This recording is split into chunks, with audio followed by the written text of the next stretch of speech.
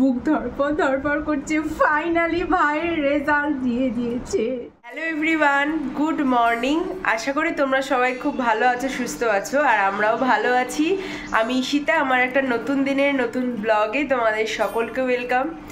আজ হচ্ছে 2রা মে আর এখন বাজে 8টা 10 মতো। তো একটু আগেই উঠেছি, একটু আগে বলতে তাও 1 ঘন্টার বেশি হয়ে গেছে, কারণ দিদিরা চলে গেছে ওই 7টা 16 ট্রেন, মানে 7টার দিকে বাড়ি থেকে বেরিয়েছে, তার জন্য তারও আগে উঠতে হয়েছে। মনা যেহেতু পড়া রয়েছে তো সেই জন্য দিদি চলে গেল।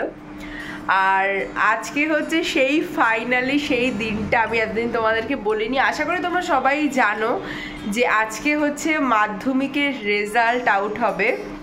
আর তোমরা এটাও সবাই জানো যে ভাই এবার মাধ্যমিক পরীক্ষা দিয়েছে।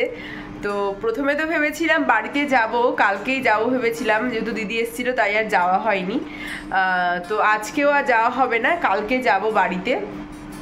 তো ভীষণ টেনশন হচ্ছে। আর কিছুক্ষণ পর, মানে আর মোটামুটি 1 ঘন্টা 1.5 ঘন্টা পরই আর কি রেজাল্ট আউট হয়ে যাবে। তো তার জন্য তো ভীষণ এক্সাইটেডও, আবার ভয়ও লাগছে যে কি হবে রেজাল্ট। তো আমার সাথে নিশ্চয়ই তোমরাও এক্সাইটেড, কারণ তোমরাও অনেকে জানো। তো চলো আগে কাজকর্মগুলো শুরু করি, আর যখন রেজাল্ট আউট হবে তারপরে তো তোমাদের তো জানাবো। তো চলো আজকের ব্লগটা দেখতে থাকো। তো দেখো চলে এসেছি এখন রান্নাঘরে, আর রান্না করব এখন হচ্ছে আলু ভাজা, কারণ বরকে রুটি বানিয়ে দেব। তো তার জন্য এখানে আলু, পেঁয়াজ আর ডিমটাকে একসাথে ভেজে নিচ্ছি।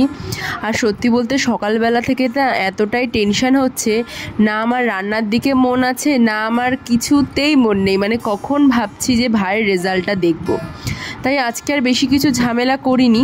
আর যেহেতু দিদিরা সকালবেলায় বেরিয়ে গেছে, মানে দিদিরা তোমরা দেখলে আগের ব্লগে দিদির জন্মদিন পালন করেছি আমরা, দিদিরা ছিল, আজকে সকালবেলায় বেরিয়ে গেছে, মানে ভোরবেলা একদম। তো সেই জন্য সেরকম কোনো ভিডিও ক্লিপ আমি নিতে পারিনি। আর দিদিরা চলে গেছে। আর কালকে তো ডাল রয়েছে, তারপরে শুক্তো রয়েছে কালকে, যেহেতু রাত্রেবেলা পোলাও আর মাংস বানালাম, তো কালকে তরকারি ফরকারি কিছুটা রয়েছে। তো আজকে বানাচ্ছি হচ্ছে উচ্ছে দিয়ে মাছের ঝোল আর ভাত, আর কিছু করব না। আর এখানে যেটা বানাচ্ছি দেখলেই তোমরা, আলু ভাজা, ওটা বরের জন্য, ওকে রুটি বানিয়ে দেবো সাথে আলু ভাজা, তাহলে ও খেয়ে নিতে পারবে। আর এদিকে দেখো 2টো মাছ আমি, মানে দুটো করে 4টে মাছ ভেজে নিচ্ছি, কারণ দুবারে বানাবো, মানে দুবারেরটা বানাবো আর কি, দুপুরের আর রাতে। তো সেই জন্য দুটো করে 4টে মাছ ভেজে নিচ্ছি। আর এত সমস্যা হচ্ছে এই কদিন, মানে গরমে না আর পারছি না, মানে রান্নাঘরে আসলে খুব কষ্ট হচ্ছে। শুধু আশা করি আমার না, প্রত্যেকটা মানুষেরই হচ্ছে, প্রত্যেকটা মেয়ে বৌদি যারা বাড়িতে আর কি রান্নাবান্না করে সবারই কষ্ট হচ্ছে। তাই সেই কারণে না যত তাড়াতাড়ি রান্নাবান্না কমপ্লিট করব তত তাড়াতাড়ি স্বস্তি। তো রান্নাবান্না সমস্ত কিছু কমপ্লিট, টেনশনে তো আমার গা হাত পা কাঁপছে। এখানে রোল নাম্বার আর এটা লিখে নিয়েছি, আর 2 মিনিট বাকি।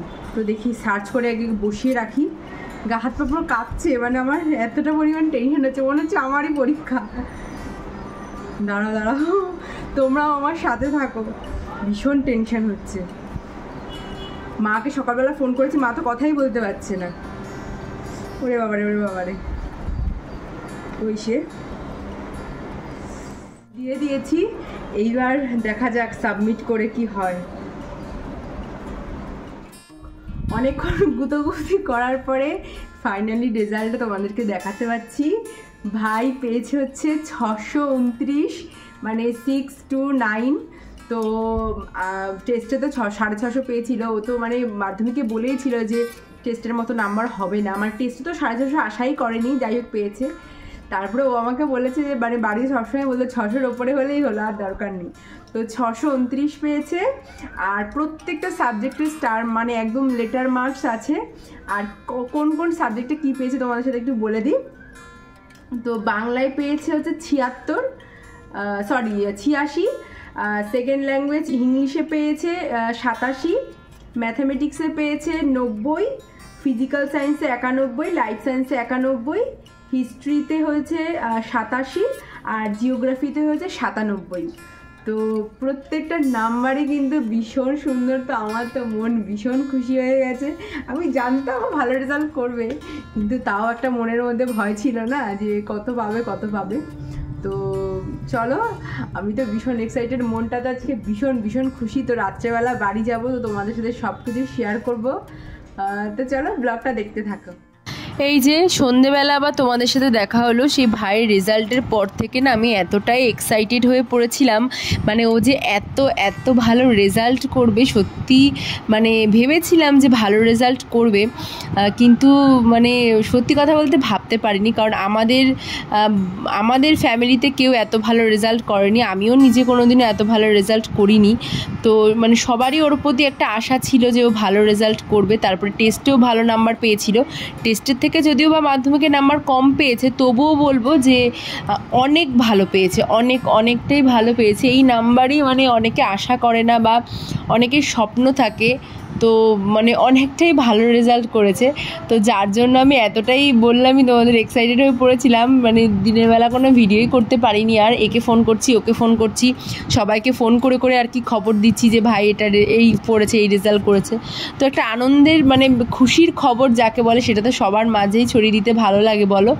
তো সেই জন্য দুপুরবেলা থেকে কোনো ভিডিও করতে পারিনি। তো এখন সন্ধেবেলা, তো দেখো এখন একটু নিজের জন্য বানিয়ে নিচ্ছি হচ্ছে তরমুজের জুস। আর এই গরমে না আমার জুস খেতে মানে প্রচণ্ড ভালো লাগে, আর আমি প্রচণ্ড পরিমাণে জুস খাই এই গরমে। তো সেই জন্য দেখো আমি বানিয়ে নিলাম তরমুজের জুস এখন সন্ধেবেলা। আর এখন না সন্ধেবেলা চা বা গ্রিন টি এইসব আমি পুরোটাই স্কিপ করে যাচ্ছি, তার বদলে শুধু আমি জুস খাচ্ছি। তো এটা খেলে বেশ ভালো লাগে, মানে শরীরটাও ঠান্ডা হয়। তো তারপর দেখো দুজনে মিলে চলে এসেছি ছাদে। বড় দেখতে পাচ্ছে যে ফোন দেখা যাচ্ছে, যেহেতু অন্ধকার করে রেখেছি, ছাদের আলো টালো কিছু জ্বালাইনি। আর ছাদে প্রচণ্ড হাওয়া, প্রায় 2.5 ঘন্টা ধরে দুজনে আমরা ছাদে বসেছিলাম, বসে ফোন দেখছিলাম আর আমি এডিটিংয়ের কাজ করছিলাম। তো তারপরে আমরা ঘরে গেছি। আর তোমাদেরকে তো বলেছিলাম যে গত রাতে আমরা বাড়িতে যাব, কিন্তু যাওয়া হয়নি। আসলে যেই গরম, আর বাড়ির দিকেও তো খুব গরম, আর ও এসছে অফিস থেকে দেরি করে, আর ইচ্ছে করছিল না যে বাড়ি যাই সেই সময়। তার জন্য দেখো আমরা সকাল সকাল দুজনে মিলে বেরিয়ে পড়েছি। এখন বাজে ওই সকাল 9টা মতো, মানে ঘুম থেকে উঠেছি 7:30টার দিকে। তো উঠে ঘরের ঝাড়পোছ বাসি কাজ সমস্ত কিছু সেরে চান টান করে এখন যাচ্ছি। মানে চান করেছি বলতে যদিও শ্যাম্পু করিনি, জাস্ট একটু গাটা ধুয়ে নিয়েছি। আর বাসে করেই যাচ্ছি DN 44, যাতে আমরা একদম ডাকবাংলো মোড়ের থেকে আমাদের গাইঘাটায় নামতে পারি, একদম এক বাসেই গাইঘাটা। তো সেই জন্য আর ট্রেনে উঠিনি, বাসেই যাচ্ছি। যেহেতু প্রচণ্ড রোদ বাইরে, ট্রেনে উঠলে বারবার ট্রেন থেকে নেমে আবার অটোতে ওঠো, একটা ঝামেলার বিষয়।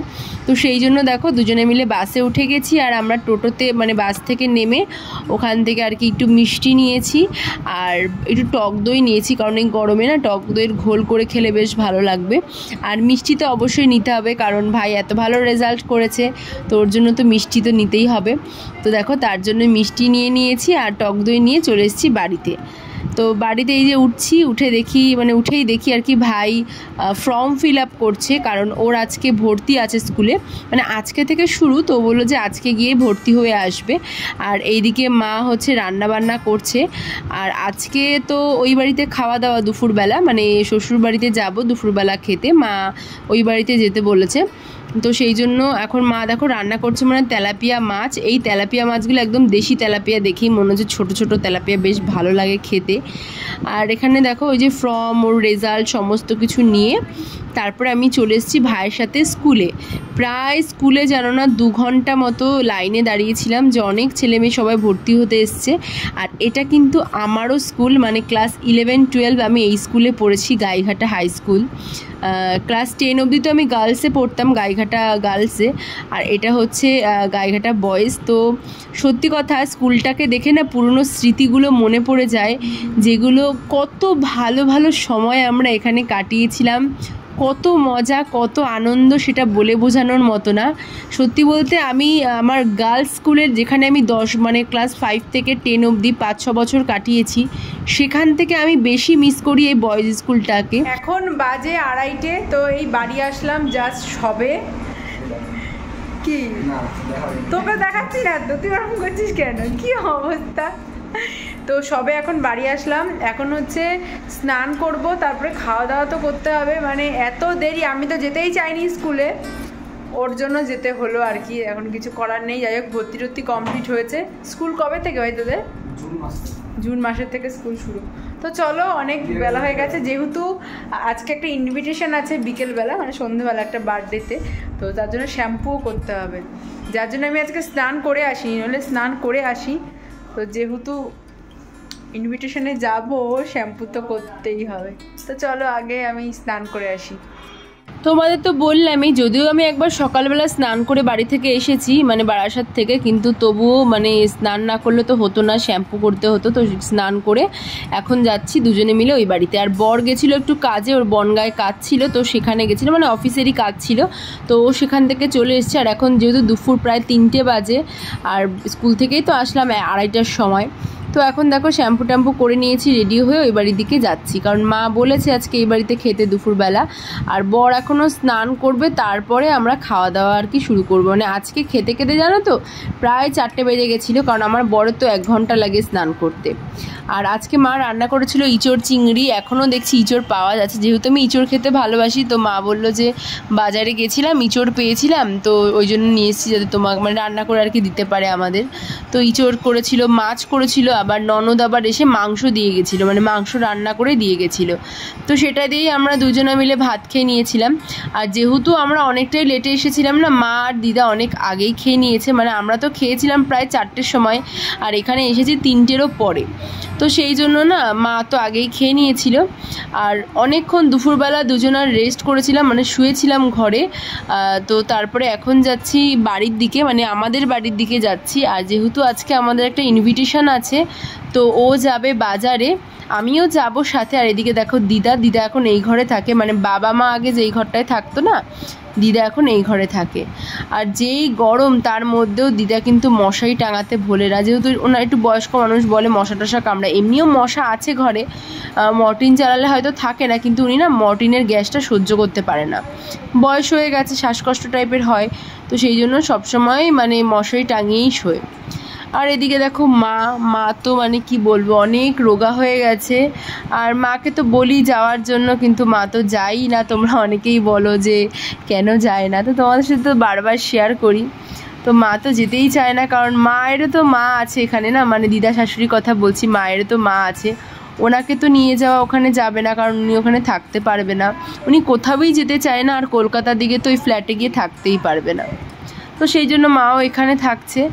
আর এদিকে দেখো দুজনে মিলে বাজারে গেছিলাম, বাজারে প্রচণ্ড ভিড়, আমাদের কালী মন্দিরে কীর্তন হচ্ছে, তারপরে আজকে হাটবার, প্রচণ্ড গাড়ি ঘোড়া, যার জন্য আমি কোনো ভিডিও ক্লিপ নিতে পারিনি। আর এখানে দেখো এই ছোট্ট একটা গনশু নিয়ে এসেছি গিফটে দেওয়ার জন্য, কারণ 1 বছরের বাচ্চা কি দেবো গিফট, সত্যি কথা বলতে বুঝতেই পারছিলাম না, তো তারপরে ওই জন্য ওটাই নিয়ে এসেছি, সাথে অনেক ফল নিয়ে এসেছি, কারণ কালকে তো একাদশী আছে আমাদের, তো ফল খেতে হবে, সাথে মানে আরও ডালিয়া টালিয়াও খাওয়া যাবে, তো সেই জন্য এগুলো নিয়ে আসা হয়েছে। তো চলো আজকের জন্য এই ভিডিওটা এখানে এন্ড করছি, কালকের ভিডিও আর আজকের ভিডিওটা একসাথে মিলিয়ে আমি একটা ব্লগ করে তোমাদেরকে দেবো। চলো আজকের জন্য টাটা। আজকের ব্লগটা ভালো লেগে থাকলে অবশ্যই লাইক কমেন্ট শেয়ার করতে ভুলো না। আর ভাইয়ের রেজাল্ট শুনে তোমাদের কেমন লাগলো সেটাও কিন্তু আমাকে কমেন্টে জানিও। আর ওকে অনেক অনেক অনেক বেশি আশীর্বাদ করো, যাতে ও আরও ভালো কিছু জীবনে করতে পারে। তো চলো টাটা, সবাই ভালো থেকো, সুস্থ থেকো।